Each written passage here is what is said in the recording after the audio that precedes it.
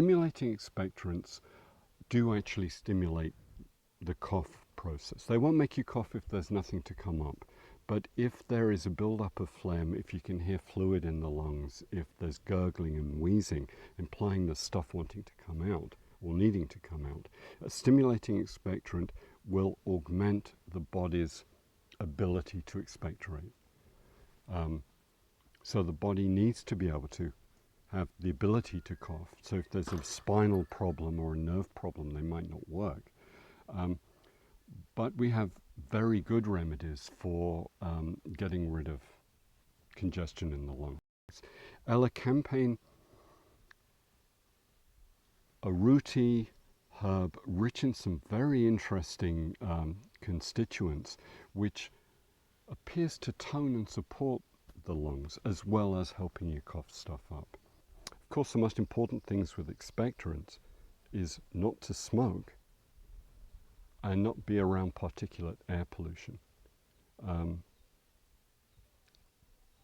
Herbs always come after addressing lifestyle issues. They have to. Okay. Over here in the herb garden, we have two herbs that are growing next to each other. This big leafed herb is called Elecampane or Inula, and we use the root of Inula.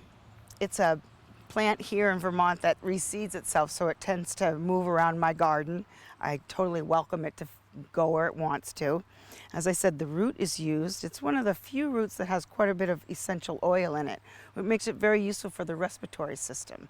So I use this in coughs and colds and helping to break up phlegm in the respiratory system, often combined with something called Primula vera or cowslip, which has been bloomed very early in the spring. Sometimes combined with mullein, which you've seen in the garden as well.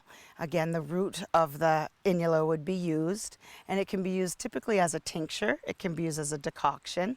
It's a little bit bitter, so I would mix it with something like licorice or a little peppermint or spearmint to try to oversee that flavor. We would be harvesting the second year roots. We've got one over here that's starting to flower. It will have a beautiful yellow flower on it, and then it will be allowed to seed in the garden and spread on.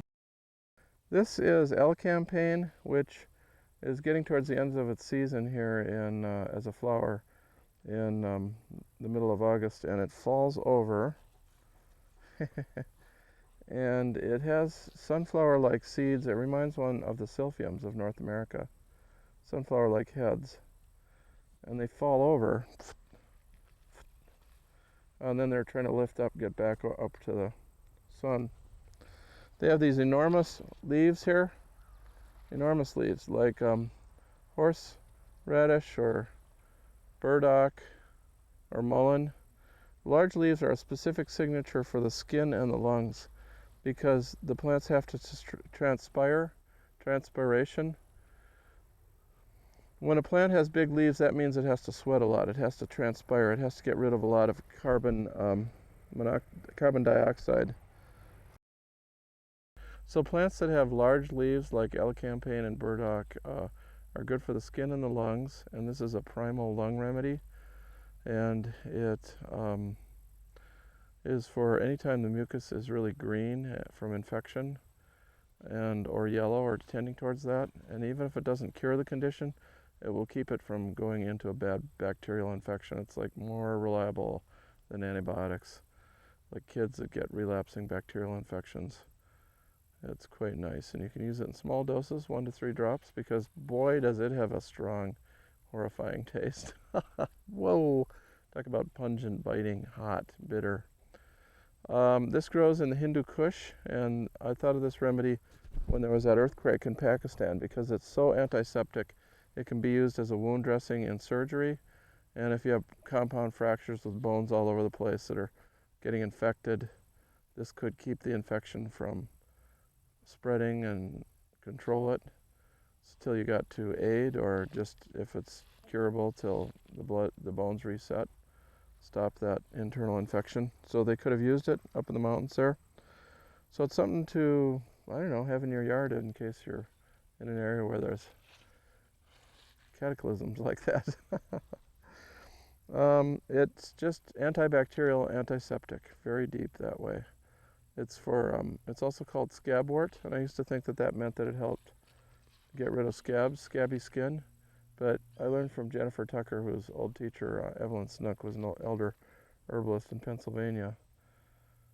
Mrs. Snook taught her that it was for proud flesh when the scab doesn't form.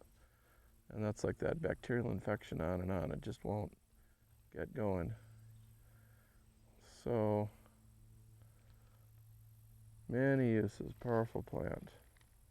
It's also good for teeth infection and infection into the bone, where the bone is eroding away, where dandelion is a remedy too. Okay,